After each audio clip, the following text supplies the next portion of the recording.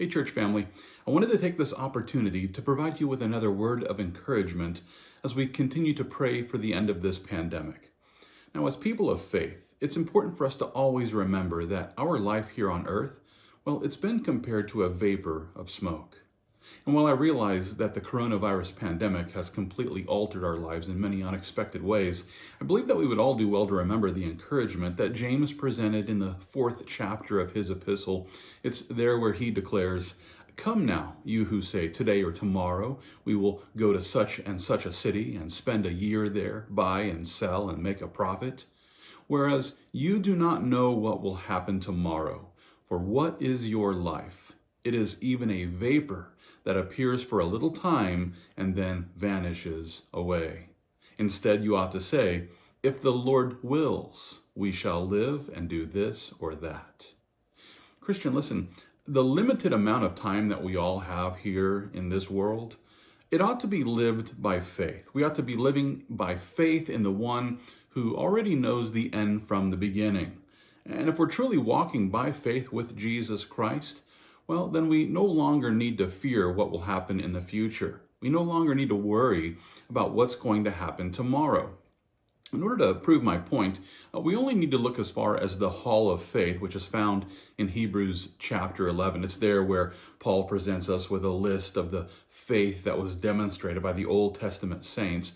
And as he described the faith of those Old Testament saints, he says this, he says, "These all died in faith, not having received the promises, but having seen them afar off, were assured of them, embraced them, and confessed that they were strangers and pilgrims on the earth.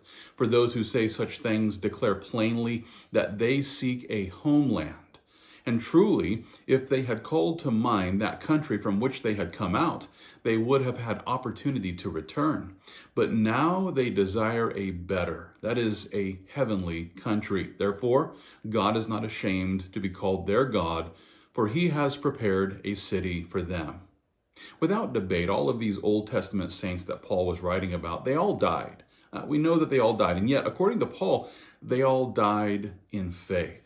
They died in faith. The vapor of smoke that was true of their life was lived by faith in the promises that pointed to the Messiah.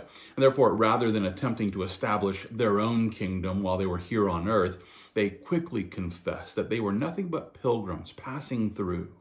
Not only that, but they also realized that death is just a doorway. It's a doorway that leads us to our heavenly home. Therefore, rather than living our lives with a hope that's found here on earth, a hope that certainly will not last, let's instead live our lives with a hope that's found in a future that's in heaven.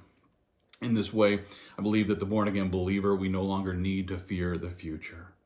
We no longer need to fear the future, and the reason why is because those who are walking by faith with Jesus, we can rest in the certainty of knowing that the Lord, he's preparing a city for us.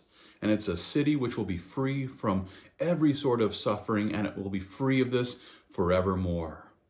Finally, I just want to remind you that you can join us for our weekly services, which include both a midweek study on Wednesdays at 7 p.m., as well as our Sunday morning service at 10 a.m. Both of these studies will be streaming live online right here at calvarysouthaustin.com. I hope to see you here. God bless you.